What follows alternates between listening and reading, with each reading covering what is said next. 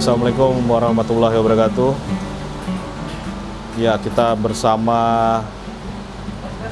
Alpian atau yang biasa dipanggil Pian. Nah, Pian ini salah seorang yang menemani saya dalam merintis pabrik dimsum dari awal. Jadi sejarahnya panjang. Jadi yang nemenin saya dulu, bahkan kita berdua tinggal itu. Jadi kita tinggal berdua di ruko, dan itu kalau kerjanya bisa sampai malam, sampai pagi, malah sampai jam 2 pagi kita jalan ke pasar nyari supplier buat bahan dimsum ya Pian ya. Iya, betul. Jadi panjang, bahkan ya termasuk salah seorang yang saya percayalah buat di pabrik dimsum ini. Jadi orangnya kerja keras, jujur udah pasti, kerja keras, dan ya nggak gampang nyerah. Kalau ada sesuatu itu nggak gampang nyerah, dan sangat support saya, apalagi dulu pas awal-awal itu support banget. Jadi terima kasih ya Pian ya, sudah menjadi bagian dari perkembangan pabrik dimsum. Sama-sama. Coba perkenalan dulu Pian. Perkenalkan, nama saya Alpian, bisa dipanggil Pian. Saya dari pabrik dimsum. Asalnya dari mana Pian? Asalnya? Saya asal dari Banten. Dari Banten, di mananya nih kampungnya nih? Bantennya di Ciparasi, Lebak ya. Lebak. Itu daerahnya gunung apa pantai? Pegunungan, Pergunungan. Dingin jadi ya. dingin banget. Udah berkeluarga Pian? Alhamdulillah udah punya anak satu. Udah punya anak satu. Namanya siapa Pian? Nama anak saya Haikal Jamjani. Ini anaknya baru satu ya. Udah umur berapa? Umurnya 2 tahun 6 bulan. 2 tahun 6 bulan. Berarti pas baru ya kurang lebih lahirnya ya sehabis Pian join pabrik dimsum ya. Iya, Jadi masih bayi itu ya. Berarti pas itu. masih bayi. Dan waktu itu kondisinya pas join tuh gimana? Coba Pian ceritain. Lagi kerja atau lagi kosong nih pas baru join itu? Ceritanya pas lebaran itu awalnya kerja di gudang, gudang semangkok. Jadi saya sebagai nganter-nganter barang. Nah dari situ saya berhenti pas lebaran, habis kontrak. Habis lebaran itu saya nganggur 2 bulan. Pas 2 bulan itu akhirnya nyari-nyari di Facebook. Nah saya punya ide, saya nyari di Facebook itu buat cari pengalaman kerja di dimsum. Pas diketik, ya udah akhirnya muncul dimsum. Ya udah saya chat satu-satu perusahaannya itu dimsum. Alhamdulillah akhirnya nyangkut di pabrik dimsum. Nah pas sudah nyangkut, malamnya itu udah ada yang telepon. Nah kebetulan itu Dari siapa? Ibu ya? ya, Ibu yang nelpon ya?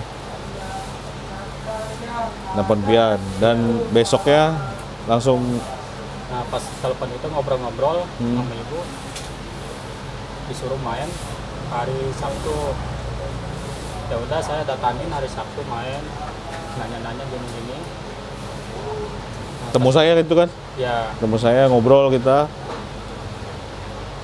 nah pas Terus? ngobrol, nah pas sudah deal hari Minggunya disuruh langsung masuk kerja.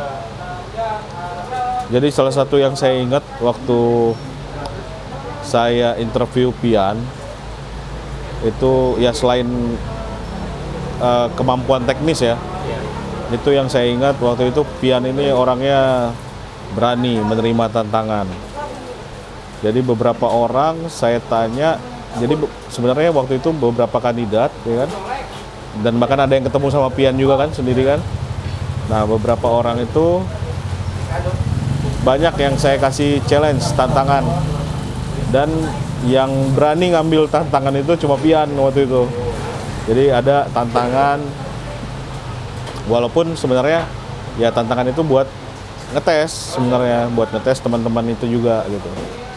Jadi karena waktu itu kondisinya di pabrik dimsum ini kita sedang growth ya, sedang tumbuh, dan memang kita perlu orang yang bisa membuat gebrakan biar produksi kita makin naik lagi.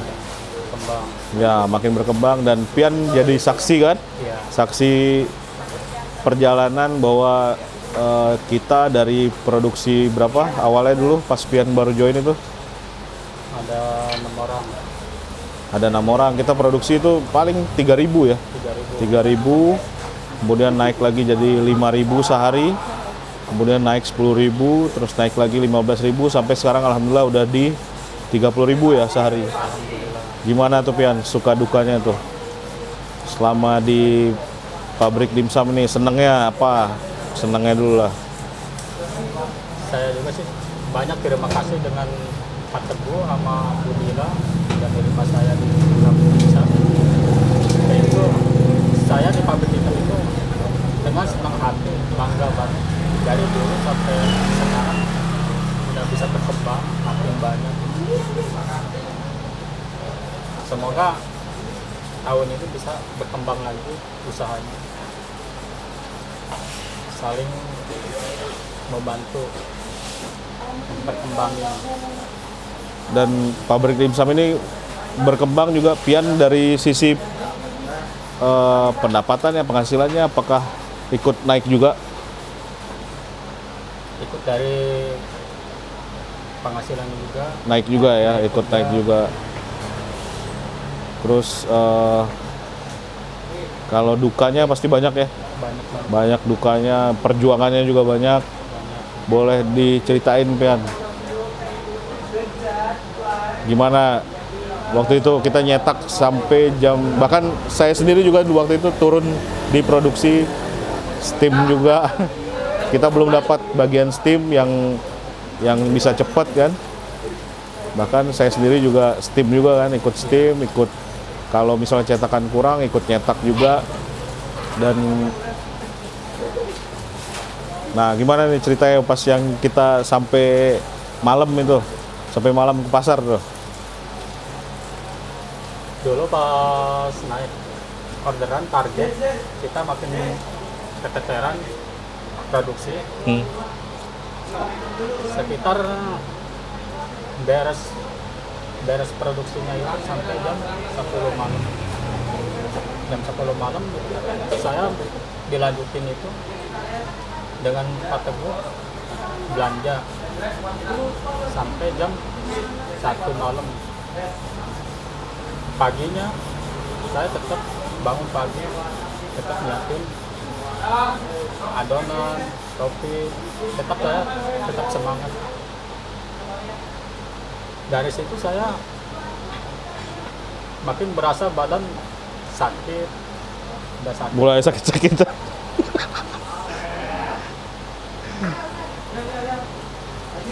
Terus. Iya kan, karena kita diporsir kan? Ya diporsir. Saya semakin semangatnya. Sakit pun juga saya masih tetap kerja. Ya masih itu bisa lah kalau itu salah satu yang bikin saya salut juga sama Pian. Salah satunya itu. Jadi itu ya mungkin momen yang nggak bisa saya lupain juga gitu.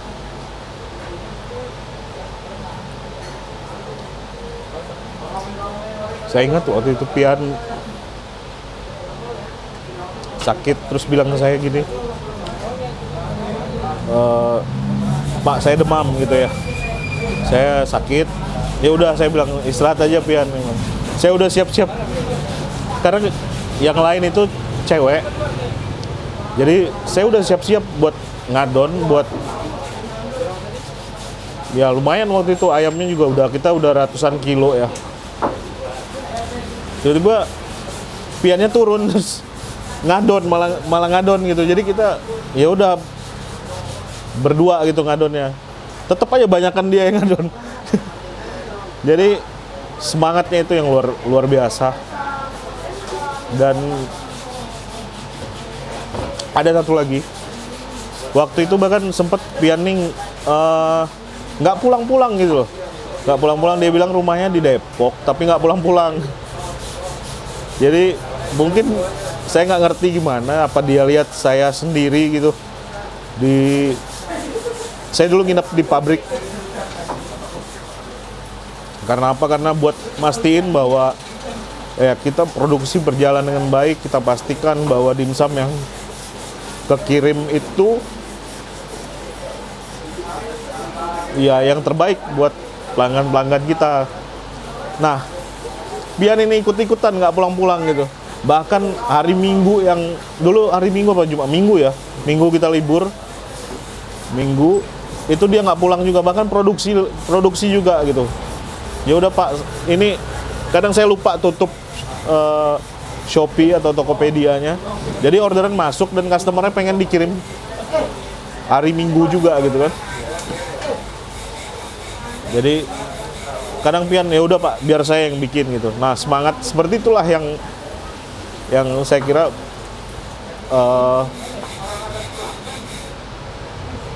ikut memotivasi saya juga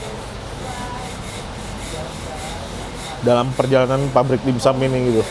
Dan mungkin kalau nggak, ya udah takdir dari Allah, saya ketemu orang kayak Pian, kayak teman-teman di pabrik dimsum ini yang penuh semangat. Ya mungkin kalau nggak ketemu teman-teman ini, kita nggak tahu pertumbuhannya seperti apa gitu. Jadi itu juga yang memecut saya buat ya terus mempertahankan juga pabrik dimsum ini, mengembangkan ke arah yang lebih baik lagi dengan harapan bisa membantu banyak orang.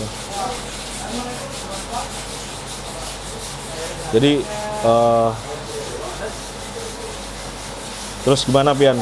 Kalau dibandingin nih produksinya dulu sama sekarang, kalau dari sisi alat-alat produksi, lingkungan produksi yang kita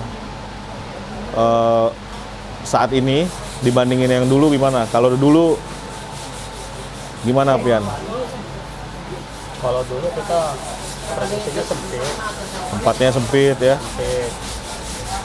Dangdangnya juga cuman seberapa, paling banyak 6. Itu pun juga pakai kompor 1. Jadi alhamdulillah sih nggak banyak kerusakan. Alat-alat yang kita pakai juga seadanya ya. Iya. Dan ya kita mulai kembangin satu persatu. Kalau steamnya udah mulai keteteran, kita tambahin dandangnya, tambahin kompornya ya pelan-pelan ya. Dan alhamdulillah saat ini ya udah jauh lah ya, dibandingin dulu jauh ya. Dulu sama yang sekarang jauh banget. Alat-alat yang kita pakai juga jauh lebih enak, ya kan. Sekarang bahkan cetak juga ada yang pakai mesin ya. Iya betul. Steamer juga sekali turun, kalau dulu sampai kita hitung kan. Jadi sampai jam 12 kita harus dapat berapa supaya target kita kecapai. Jadi benar-benar kita manfaatin alat-alat yang ada gitu ya Ben ya. Iya. Jadi buat teman-teman, tadi kita ngobrol bersama Pian yang menjadi saksi dan menjadi bagian dari perkembangan pabrik dimsum. Jadi sebenarnya banyak kalau mau digali kisah-kisah dengan yang udah dialamin ya Pian ya. Yang udah dialamin. Mudah-mudahan teman-teman yang merintis usaha, lagi mau buka usaha, bisa menjadi motivasi. Jadi kita bisa bergerak, berusaha itu tidak perlu menunggu modal yang besar, atau